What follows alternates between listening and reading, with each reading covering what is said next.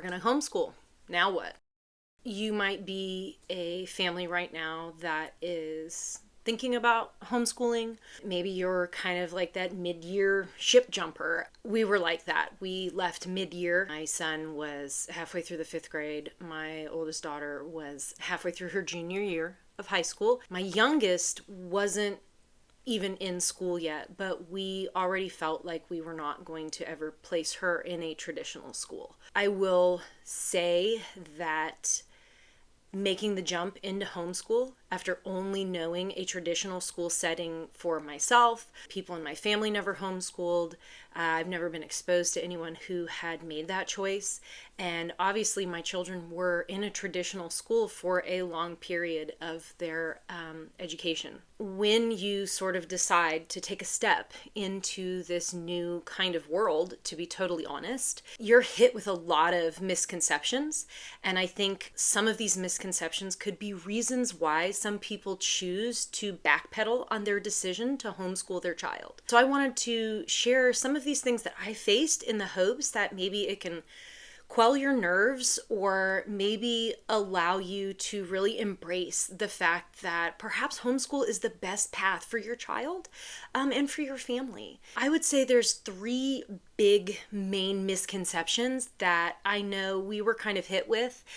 Sometimes these were even internal questions that I was asking myself because I just didn't have the knowledge about what homeschool really was or what that sort of academic setting looked like for my children. The number one misconception I'm going to say is probably, oh, well, your kids will be weird or not socialized. My son has blossomed socially far more than what I think he ever would have done in a traditional school setting. There are lots of things in your community that you can probably get your child involved in. He participates in an after-school activity no different than any other kid who participates in that after-school activity. There are tons of sports teams and things that are affiliated with your community and not necessarily with a district school. A lot of times, though, even if your child wants to play a sport for a particular school, a lot of times your zone school will still allow that child to play that sport if that's a program that your community offers. So there's lots of things that you can do to get your child out there and involved. There's also a lot of thought that because children are not around I guess a large group of kids all the time, like in a school setting, that this will make them kind of an oddball. I really disagree with that. My kids actually have a lot more one-on-one communication with me and other adults, far more than what they had when they were sitting in a classroom. A lot of classrooms are pretty full, and so there's not a lot of one-on-one time that they're able to get. You're really hoping that the other kids that your child is exposed to are socially adequate already. And a lot of these kids, they're not. They're kids. They're all learning. And so it's not necessarily the most conducive environment to teach appropriate behavior. This is also kind of leads into sort of the next kind of misconception that your child will only receive the best education sitting in a traditional classroom. Again, you're talking about a lot of the behaviors of the peers around them sort of bleeding into their academic time. You're talking about disruptions and different interruptions that the teacher has to pause things and address. And in homeschool, that's not really something that's happening. So there's not as much wasted time, let alone when they're in a large classroom, they're not going to get this sort of what I view as a personalized learning environment, which caters to their strengths, to their weaknesses. A lot of homeschool curriculums are a work at your own pace. So if a child masters a particular skill, they're able to then just move on very quickly and not wait for the week or the 2 weeks that's required to allow every student to catch up. This also means that when there is some type of a subject or a unit that your child is struggling on and needs more time to absorb the material and reach that mastery level, they have that ability because they're the only one that's there, and they're moving at their pace. They never feel the pressure of, why is everyone getting this but me? Don't get confused that there's never hurdles like that in homeschool. There definitely are, but a lot of these things you're able to tailor directly to your child's specific needs. And especially if you're dealing with something like neurodivergence, ADHD, or spectrum disorders, this is really something that only homeschool can provide. I know that I dealt with the ring around with IEPs and all of those things like that. And especially as my child advanced in age, I really felt like those needs were not being met adequately. I think all parents feel like their child getting a good education is probably the number one priority. The biggest thing also that I think terrifies most parents, and I even had a little bit of concern with this myself, is the misconception that if you homeschool your child, they will not be able to attend university or college. This is completely false. This is, in my opinion, the most dangerous sort of misconception, because a lot of parents pull the plug on the possibility of homeschool simply because they're afraid their child will not be able to advance later on with college. I will walk you through a little bit of the situation that we had and some of the other ways in which other homeschool families attending university or college. So a great example is we all know SATs, ACTs. You do not have to be attending a traditional school to apply to take these tests. You apply, you pay. It's not something that's required of being in a traditional school setting for. There are online tutoring and books and things like that that you can do, and I strongly suggest that you do no matter what type of school your child attends. These are things to prep them for those specific tests, the SATs, the ACTs. It's more important that you understand the responses, the questioning phrasing that each of those different tests have. And it's really, really important that your child be sort of comfortable and familiar with those things. Taking a course or preparing specifically for those tests is what's going to increase the score for your child. So if there is a particular university that they want to go to that requires a certain level of SAT or ACT score, I would definitely focus on that. You can write up your own transcripts. This is what we did with my daughter when she was entering into college. There are lots of templates that you can find that are free online that give you kind of a nice layout of what a professional transcript should look like. I signed it with my signature and we put it in a sealed envelope and closed it, and it was an official transcript. So we presented that to her community college and they were more than thrilled with that. My daughter actually didn't take ACTs or SATs. When you enter into community college, a lot of times they have their own standardized test that they give to see if you are college ready, meaning if you were already on level to begin a college level course in math or science or language arts. So a lot of times you take that test and that's where they determine where they place you. She took the test and they determined her placement and she began college. She then later transferred to a university without any problems in the world. If you are not college ready, community colleges will often work with you and give you what are known as remedial courses. You take those remedial courses, it brings you up to college level, then you can begin the college classes, just like everybody else. This is something that happens to homeschool kids, but also to kids that went to a traditional school. A lot of times there are areas where even a traditional school, there are loopholes and kids fall through, and maybe they're not fully college ready for like math per se, or maybe someone's not a very good writer and so therefore their language arts scores a little bit lower and they need those remedial classes. That's nothing to be ashamed of, and that's honestly nothing that's going to really change the pathway for your child.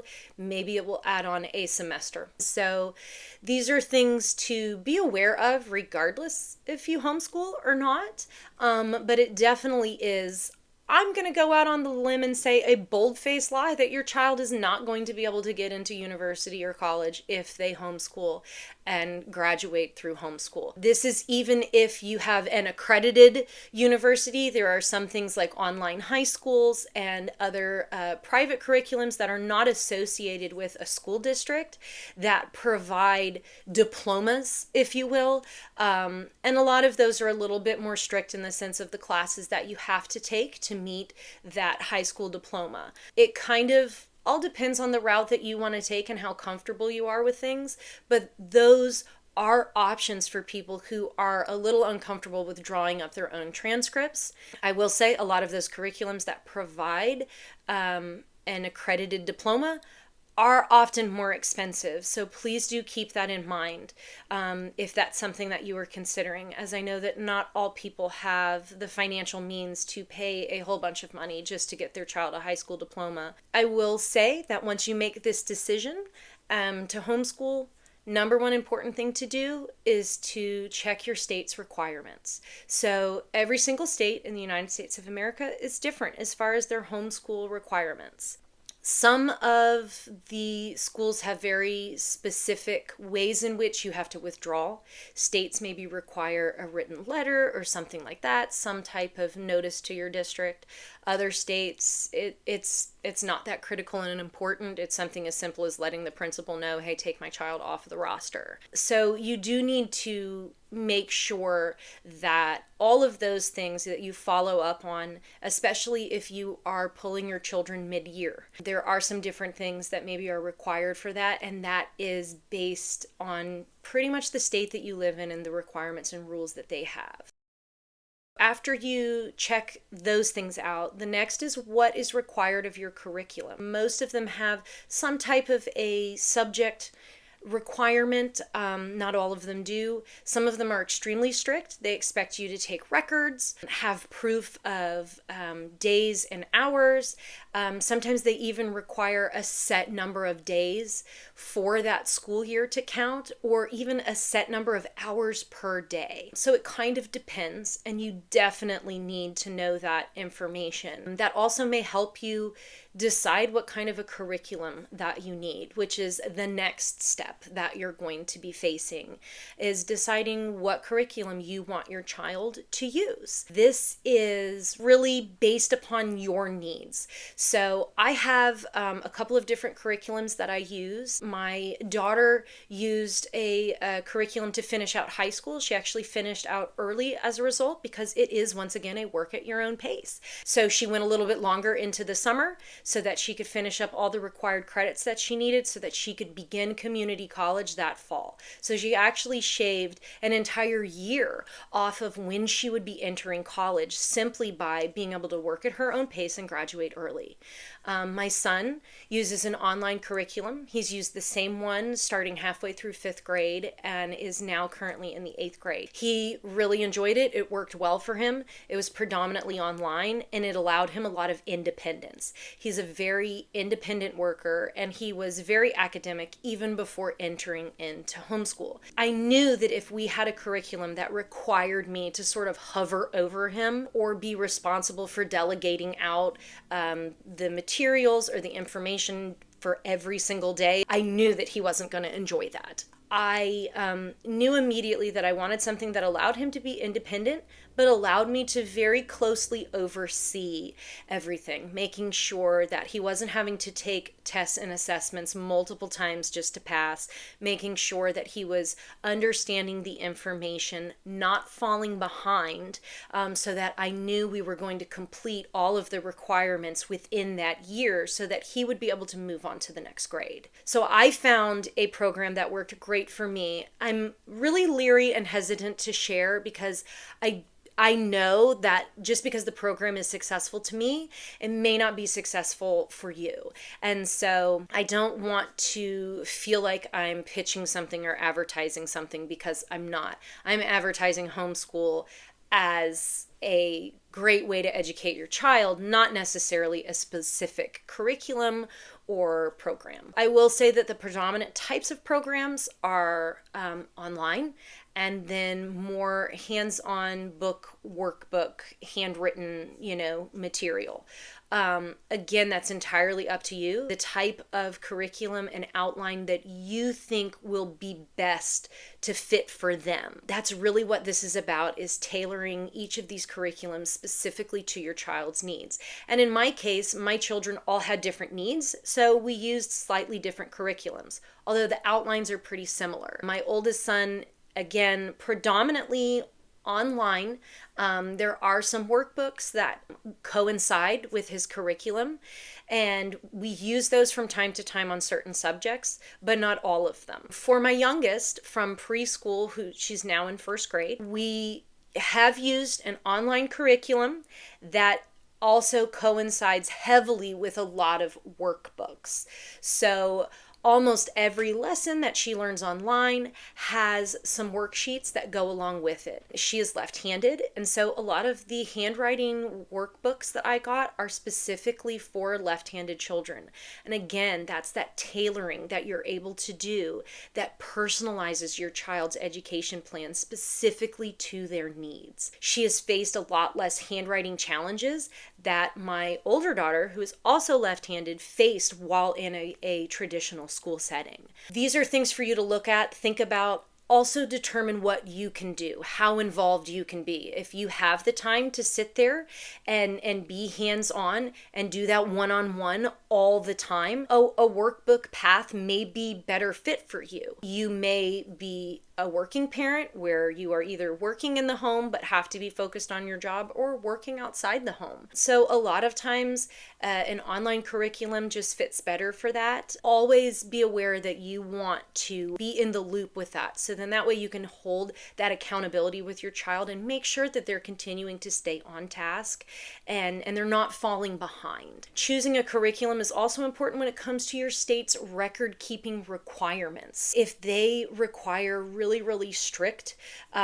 records that show the times that they were in or when they did certain subjects, a lot of online programs have record keeping as part of their design. Things that parents can print out and put in their records and be able to show if someone comes in and is doing a check to see if your child is truly being educated. Again, that's another thing to think about with a curriculum, and just be aware that, if you choose a more bookwork curriculum, to save worksheets, to time things, and to keep meticulous personal records, so then that way no one can ever come in and say that your child is not receiving an adequate education. I really applaud this step. I know how scary it was for me personally. I'm going to be honest, terrified, panicked that by choosing to homeschool my children, I was actually going to be damaging their success for their future. And obviously that was something that weighed heavily on my heart. I think all parents have those kinds of fears, especially because of the misconceptions, let alone some of the negativity that you may face. I haven't heard anything negative. In fact, most people understand why I've made the choice that I have made. That being said, I know that a lot of parents face a lot of pushback and criticism, sometimes even from close family members. A great way to deal with the negativity and the criticism is to, one, be confident. You came to the conclusion to homeschool your child for a reason. I'm sure it was something that you thought long and hard about, and to be totally honest, homeschooling is not an easy out. There's a lot that goes into it. Curriculum planning and choosing and all of those things are not something that a lot of people choose lightly. A lot of times parents come to the conclusion to homeschool because it really is the best choice for their child.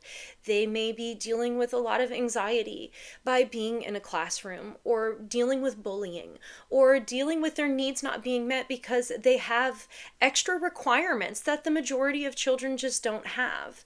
Also know that a lot of times some of these negative words or criticism comes from a place of genuine concern And to be honest, just lack of knowledge and information. And so sometimes just simply educating the individual that has a lot of concerns that they're expressing helps the situation. I will say, though, it is important to set up boundaries. If you have close family members that maybe just don't agree, that's fine. You can disagree, but you can still be respectful. Don't allow yourself to be belittled or pushed around, or your child to be told that the education they're receiving is inadequate, or whatever things that a close family member may say. That is very harmful. Stand firm. Again, place the boundaries there. I know that sometimes it can be a very tricky situation, especially if you need sort of close family help. So I really hope that simply educating them on all of the different things that come with homeschool will be enough to sort of quell their concern and stop their negativity. That being said, when you're dealing with negativity from strangers or associates, I'm going to be honest, just let it go. There's absolutely no reason why you need to explain yourself or your situation to someone who does not know you or doesn't know you very well. You're certainly not obligated to defend your position. So the best thing I can say with that would be just move on, let it go. I do understand that that can chip away at your confidence. It can add to insecurities that you have. And I am going to be honest, those insecurities are coming from a place of you love your child and you want what's best for them. I don't think having those feelings means that this is not the path for you or that this isn't going to work. And sometimes it is an adjustment to kind of fall into the new norm. I've known lots of parents that do what's known as unschooling, or they take a break. I personally, we took a break for about a month before immediately jumping back in. So then that way everyone had a plan and an idea of how things were going to go, and I felt that that made us more successful. I want to encourage you to keep a positive attitude, even if sometimes there are things that feel deflating or struggles that you're going through. Going through struggles doesn't mean that you should quit, and having things not work out immediately doesn't mean that you are failing. It's so tough to be a mom, and it's very, very tough to choose something that is not what I would say the majority chooses. And homeschooling is definitely not what the majority chooses. That being said, it does kind of feel like there is a bit of a mass exodus from at least the public school system, where parents are feeling like their children are not safe. They are not getting a education. A lot of kids fall through the cracks and they're simply passed on. I had children that fell into this category. It was very discouraging, disheartening, and to be honest, very frustrating. And so I do understand where the idea comes about of I should just homeschool. That is something that every family has to decide for themselves. I really, really hope that I answered a lot of questions and misconceptions about homeschool. Maybe made you feel a little bit more positive about your decision that you've made, and hopefully it will give you a boost in confidence to really say, I'm ready to step outside of the box that most parents stand in, and I'm going to be an advocate and a voice for my child. I really have to applaud that because it's tough to make that decision. And I really am excited for any family who's willing to put their child first. That makes me so happy. It fills me with so much joy. And I want to be a cheerleader for you. That's kind of what we're all doing here as moms. We're all just working hard to prioritize our children and make them happy and see them be successful in life. And so when I see discouragement, I want to say, keep going. Keep fighting, keep climbing that mountain, keep momming, keep being that advocate for your child, because I can promise you that is a priceless thing for any child to have these days, is to have a parent strongly and firmly in their corner and supporting them. So keep going, keep momming.